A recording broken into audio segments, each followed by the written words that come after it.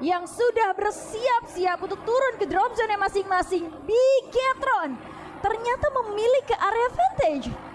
Ini adalah hal yang cukup baik karena mereka mengurangi resiko terjadinya team fight di early game, Baby Moon. Ya sepakat gitu ya, tapi kalau ngomongin tentang RRQ tadi, RRQ kemungkinan landing di beberapa titik ya, Sunside bisa, Carousel juga bisa mereka secure di sana. Karena ngomongin nggak ada Vesaka nih, jadi Sunsetnya harusnya terhitung aman kalau misalkan mereka untuk melakukan pemencaran ya. Lalu mereka kemungkinan nanti bakal regrouping atau geraknya itu ke arah Rie dan ya mungkin gerak ke arah Vantage. Kalau semisalkan itu terjadi dengan data di week kemarin, tapi setidaknya kali ini mereka langsung secure ke arah Dock dengan aman, walaupun pembagian 2-2 udah akan dilakukan, 2 player di arah Carousel, begitu juga dengan 2 player di arah Dock.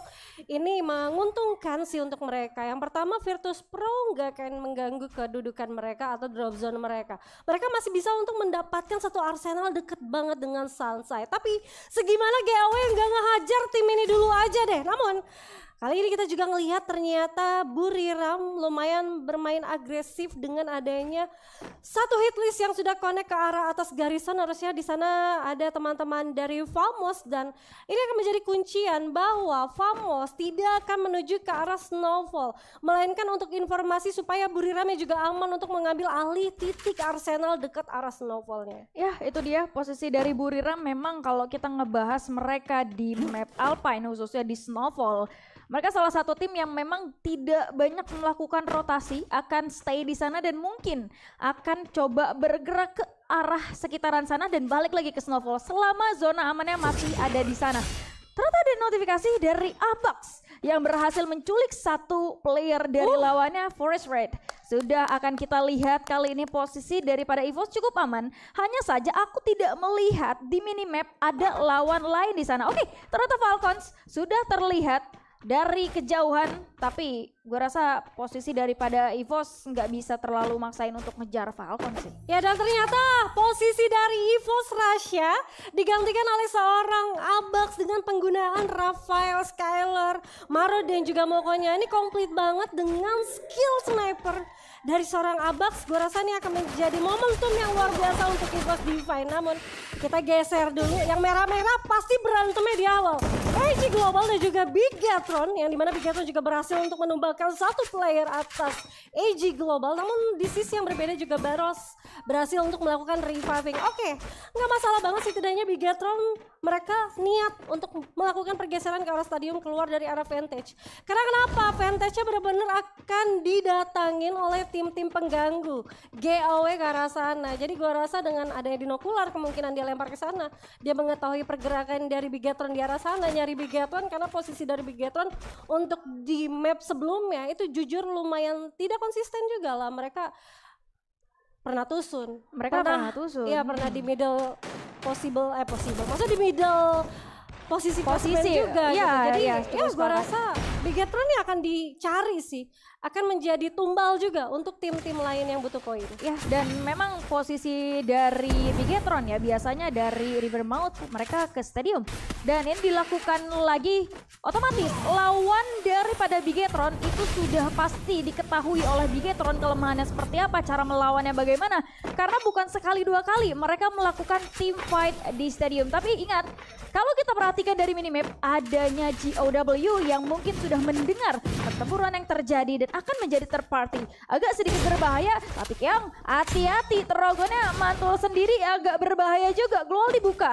Dan untungnya masih 4 player utuh, belum ada satupun yang terculik. AG masih coba untuk hold terlebih dahulu, tidak ada upaya rush yang dilakukan. Bahkan kalau gue ngelihat dari kejauhan ada satu player dari AG yang memilih untuk menjaga jarak mungkin sebagai satu player yang akan mengamankan placement daripada yang lain ketika peluang kemenangan lebih kecil. Tapi GOW udah mulai sukses untuk masuk ke stadium. Ya namun aduh ini bahaya banget ya, 3 tim kalau misalkan terlalu lama Bigetron gak akan mendapatkan keuntungan dan benar saja Dixa diculik di sana oleh satu player atas GOW. Ton berhasil menculik, namun sisi berbeda juga Faiz berhasil untuk melakukan reviving. Vending mesin berhasil di secure. Tapi segimana mereka sigap untuk mengatasi 2 tim yang coming karena mereka di arah stadium gitu. Dan gue rasa dengan adanya pengurangan player tadi Dix-nya yang harus melakukan reset, artinya mereka akan bermain bertiga saja dengan posisi Faiz yang berada di atas sekarang. vision cukup oke dari seorang Faiz, tapi hati-hati juga Koja kalau misalkan terlalu terlena masuk sendirian ke arah satu compound di arah stadium.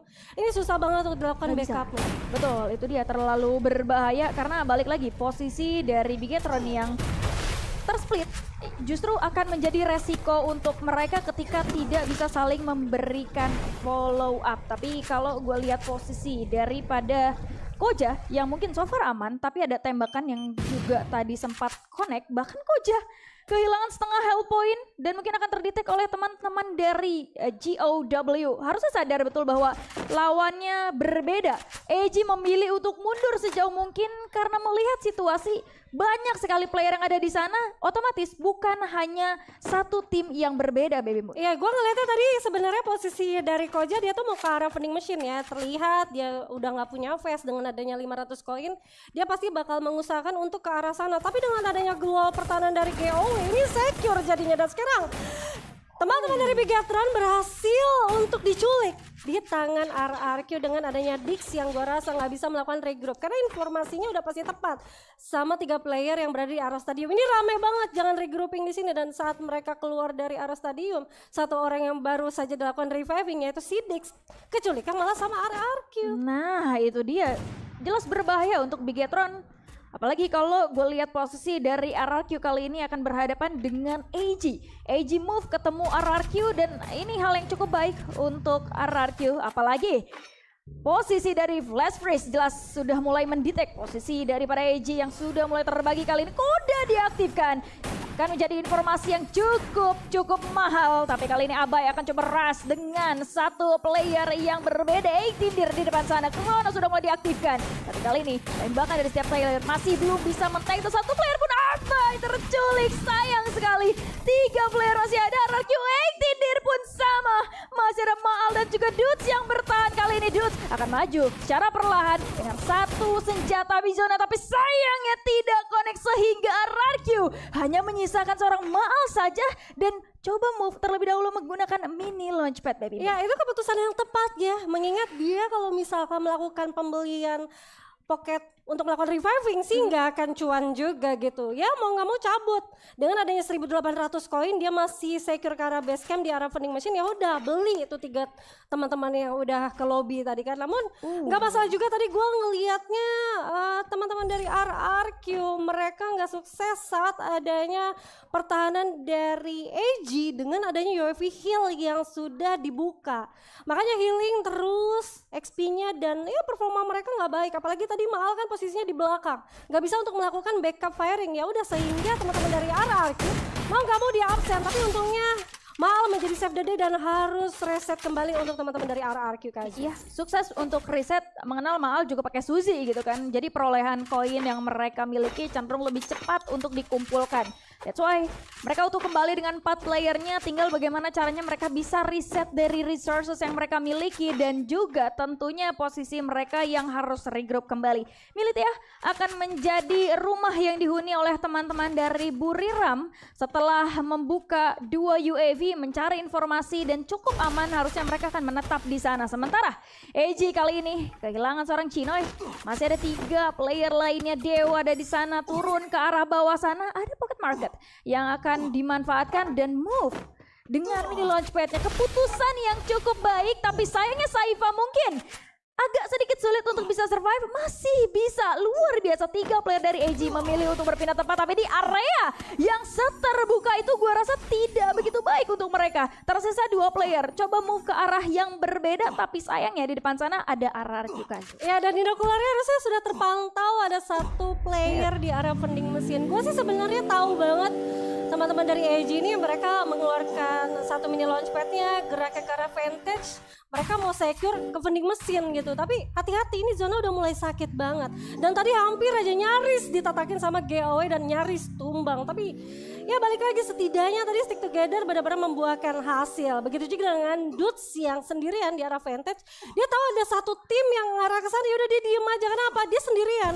Sebenarnya kalau misalkan Dudes tahu ini tim-tim pelarian masih bisa dapetin beberapa poin eliminasi kalau misalkan mau ngehajar gitu, tapi enggak. Dudes dengan respect, wise banget posisi dari Dudes, dia biarin aja dia mau secure ke vending machine, ya udah silakan. Yang penting nanti langkah Dudes untuk keluar dari advantage itu harusnya aman. Ya harusnya aman, apalagi RRQ kalau kita bahas posisi mereka ya secara keseluruhan game yang sudah dilewati. RRQ punya potensi untuk bisa lolos. Abai turun ke bawah, tersisa 50 health point.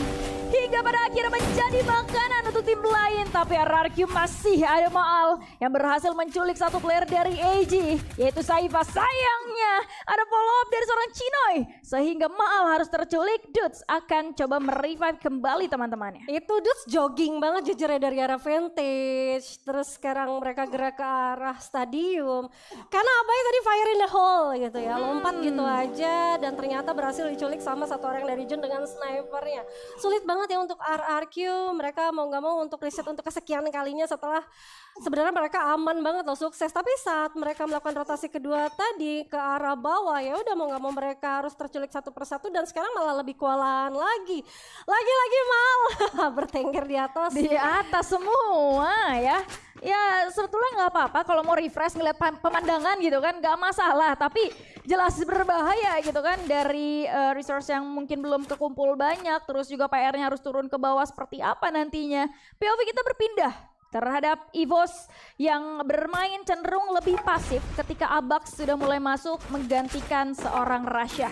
Satu komponen yang mereka miliki akan mereka huni terlebih dahulu, memantau situasi dulu, mengenal adanya Bigetron Esports yang terpantau oleh seorang Aimgat. Ini pasti akan menjadi fokus daripada EVOS Divine. Mereka akan coba sapu bersih tim-tim yang mungkin masih ada di bibir zona. Sementara kita akan melihat posisi daripada Virtus Pro yang sudah mulai bertemu dengan Vamos. Kali ini tembakan terdengar. Diamond akan coba mencari di manakah posisi player daripada Vamos. Tertembak guys, terlalu berbahaya, mundur ke arah belakang sana, tercicil damage-nya dan membuat Vamos sepertinya agak sedikit kewalahan. Satu player ternyata dari Raja yang harus terculik dan di ending begitu saja. 3 player masih ada. Expoji ter-takedown juga. Masih ada perlawanan dari Zuez kali ini. DXL pun masih ada. Akan coba dicari di mana DM di arah belakang. Sayangnya DXL tidak bisa bertahan. Ada satu player lagi masih akan coba dicari dan Vamos dipulangkan di posisi ke-11 Bindun. Ya dan ternyata timing yang tepat untuk AG Global masuk ke arah pertempuran tersebut. Namun sayang sekali again and again Bigetron Esports harus puas lebih awal setelah mereka survive masuk ke dalam zona, disusul oleh teman-teman dari Virtus Pro ya, karena posisinya udah sulit. AG Global tepat banget datang saat teman-teman dari Virtus Pro lumayan menangin kontes, tapi tidak bertahan dengan lama, belum melakukan riset mereka udah dihajar. Dari sisi belakang AG harusnya mendapatkan keuntungan untuk zona selanjutnya, tapi kita geser dulu EVOS Divine dengan adanya posisi dari Abax yang bakal membackup dari sisi belakang. Ray akan membuka badan begitu juga dengan Aimgat. Beberapa pertahanan Glowmaster Granat sudah pasti dikerahkan. Ya itu dia, tapi fight akan terjadi. Aimgat akan coba memberikan damage terhadap satu player daripada Falcons di sana, memilih untuk mundur sejenak, butuh reset terlebih dahulu. Reload akan coba dilakukan, tapi Aimgat sayangnya harus terculik kali ini. Masih ada Ray, coba cari mana badan dia. Ini pada Kiroro di depan sana sudah mau ter-takedown. Glual cukup mengganggu posisi daripada Ray yang ter-takedown juga. Abang sendirian saja. Akankah EVOS masih bisa bertahan dengan posisi yang cukup sulit? Masih ada 2 player daripada Falcon yang juga menumbangkan seorang Abang sehingga EVOS Divine harus finish di posisi ke-8. Oke, sayang banget namun 6 tim yang tersisa. Masih ada GW juga yang melihat adanya pertahanan dari Heavy dari sisi dalam compound. Sedangkan Buriram United Esports mereka mengambil satu batu besar untuk menjadi pertahanan mereka. Dan harusnya AG Global bakal menghantui pergerakan dari Buriram. Lihat, Mosi trading ke arah depan menghancurkan segala pertahanan milik AG Global. Tapi mereka respect dengan posisi belakang mereka yang masih tidak aman. Adanya On Fire, teman-teman dari Falcon yang masih bertahan di luar zona sana. Ini sulit banget untuk Buriram kalau semisalkan mereka telat masuk ke zona. Kalau nggak ada mini launchpad ya udah mereka akan finish dengan AG Global. Kemungkinan juga dengan RRQ yang harusnya RRQ sudah setup di arah zona aman. Tapi untungnya masih ada Monster Truck juga yang bakal menghantui. Dan ternyata On Fire harus tereliminasi dengan sakitnya zona. 5 tim yang tersisa GW satu orang dari Yanbin menggulung super medkitnya, nggak akan bertahan lama harusnya. Karena zonanya udah mulai sakit dan pertahanan mereka udah pasti akan dihadang oleh Heavy. Ya itu dia posisi yang cukup sulit daripada GOW. But at least masih ada Yanbin dan tereliminasi di stage kelima. 4 tim masih ada. Posisi daripada AG yang sudah mulai bergerak secara perlahan ke arah daripada Buriram. Kali ini eksplosif sudah mulai terlihat. Glow Melter juga dilontarkan satu persatu terhadap Buriram. Begitupun dengan Buriram. Tapi lihat bagaimana Skyler sudah mulai diaktifkan. Agak sedikit kewalahan posisi daripada Mosi. Coba berpindah tempat terlebih dahulu. Eksplosif dari Get Nice. Cukup on point. Wasana akan coba scooping. Bicara seperti itu menggunakan sniper cukup berbahaya. Tapi masih ada shotgun yang coba dilontarkan lagi dan lagi. Dua player daripada Heavy berhasil di-tank dan begitu saja dengan handle. Satu player saja dari Wasana Gentai tumbang. Begitu pun Jona. Posisi dari Buriram cukup disulitkan. Masih ada RRQ Gazu. Harapan kita bahwa ada 3 tim yang masih ada. Melihat Chinoy akan coba membuka glow wall yang ke arah depan sana. Tembakan demi tembakan sudah mulai terdengar. Tapi tempo sudah mulai slow. Sudah mulai berubah. Lihat bagaimana Baros akan menjadi tameng terdepan kali ini. Tapi posisi Chinoy coba naik ke arah atas sana. Tembakan demi tembakan terdengar. Tapi masih ada glow wall yang cukup mengganggu damage daripada seorang Chinoy. Agak sedikit krusial. Agak sedikit hektik. Bagaimana posisi daripada RRQ pun dibuat sulit oleh seorang Diu. Ternyata AG cukup mendominasi dan buya untuk AG Global. Oke, itu dia AG Global berhasil untuk mendapatkan buya mereka setelah